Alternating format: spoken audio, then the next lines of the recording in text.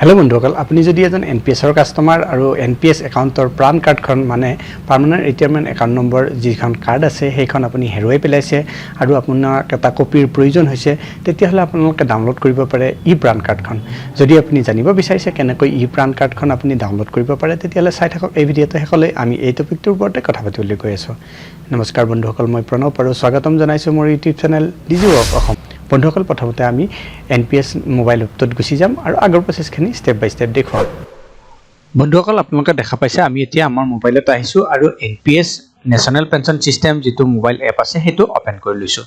ইয়াত ওপেন হোৱাৰ পাছত এনেকুৱা এটা পেজ দেখা পোৱা যাব যত আপুনি লগইন অপচন পাব তাতে লগইন বটনটোৰ ওপৰত ক্লিক কৰি দিয়ক লগইন অপচনটোৰ ওপৰত ক্লিক কৰি দিয়াৰ পাছত ইয়াত আপোনাৰ প্ৰাণ নম্বৰটো আৰু তাৰ পাছত পাছৱৰ্ডটো যেটো আপুনি বনাই ৰাখিছে হেতু ইয়াত ভৰাব লাগিব হেখিনি ইয়াত ভৰোৱাৰ পাছত লগইন বটনটোৰ ওপৰত ক্লিক কৰি দিয়ক লগইন বটনটোৰ ওপৰত ক্লিক কৰি দিয়াৰ লগে লগে আপুনি এই পেজটোলৈ আহি যাব যত আপোনাৰ হোল্ডিংছ এমাউন্ট কিমান আছে হেবিলাক দেখুৱাব এতিয়া আমি ওপৰৰ বাৰটোলৈ আহিম ইয়াত একদম লেফট সাইডত এটা 3 লাইনৰ অপচন পাম সেই অপচনটোৰ ওপৰত ক্লিক কৰি দিম সেই অপচনটোৰ ওপৰত ক্লিক কৰি দিয়াৰ লগে লগে এখন দীঘলীয়া লিষ্ট পাম বেলেগ বেলেগ অপচনৰ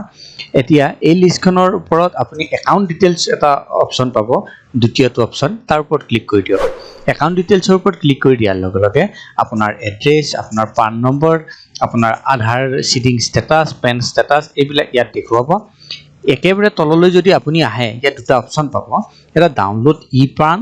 আৰু এটা ডাউনলোড ই প্ৰাণ ইমেজ আপুনি যদি ডাউনলোড ই প্ৰাণ ইমেজটোৰ ওপৰত ক্লিক কৰি দিয়ে ডাইৰেক্ট ইমেজটো এনেকৈ দেখুৱা হ'ব আৰু আপুনি এটো সেভ কৰি ল'ব পাৰে আপোনাৰ মোবাইলত আকৌ যদি আপুনি ডাউনলোড ই প্ৰাণৰ ওপৰত ক্লিক কৰে ইয়াত সুধিব এটা পপআপ মেছেজ আপোনাক শো কৰিব এনেকৈ do you want to download ই প্ৰাণ এতিয়া আপুনি ইয়েছৰ ওপৰত ক্লিক কৰি দিয়ে ইয়েছৰ ওপৰত ক্লিক কৰি দিয়াৰ লগে লগে ই প্ৰাণ ডাউনলোড আপোনাৰ মোবাইলত ই প্ৰাণখন ডাউনলোড হৈ যাব আপুনি যদি আপোনাৰ ফাইল মেনেজাৰত গুছি যায় আৰু ওপেন কৰে আপোনাৰ পিডিএফটো আপুনি এনেকৈ দেখা পাব আপোনাৰ কাৰ্ডখন গতিকে বন্ধুসকল যদি আপোনাৰ প্ৰয়োজন হৈ আছে ই প্ৰাণখন ডাউনলোড কৰা বা কেতিয়াবা প্ৰাণখনৰ প্ৰয়োজন হয় আপোনাৰ ওচৰত নাথাকে সেইখনৰ কপি এটাৰ দৰকাৰ হয় তেতিয়াহলে এনেকৈ আপুনি ই প্ৰাণখন সহজতে ডাউনলোড কৰিব পাৰে আশা কৰিছো এই ভিডিঅটো আপোনালোকৰ পছন্দ হৈছে কেনেকৈ আপুনি এনপিএছ এপটোৰ মাধ্যমত ই প্ৰাণ কাৰ্ডখন ডাউনলোড কৰিব পাৰে তাৰ বিষয়ে জানিব পাৰিছে যদি এই ভিডিঅটো পছন্দ হৈছে ভিডিঅটো কৰক লাইক আৰু চেনেলটো সাবস্ক্ৰাইব কৰিবলৈ নাপাহৰিব পুনৰ লগ পাম আন এটা ভিডিঅ তেতিয়ালৈ বন্ধুসকল নমস্কাৰ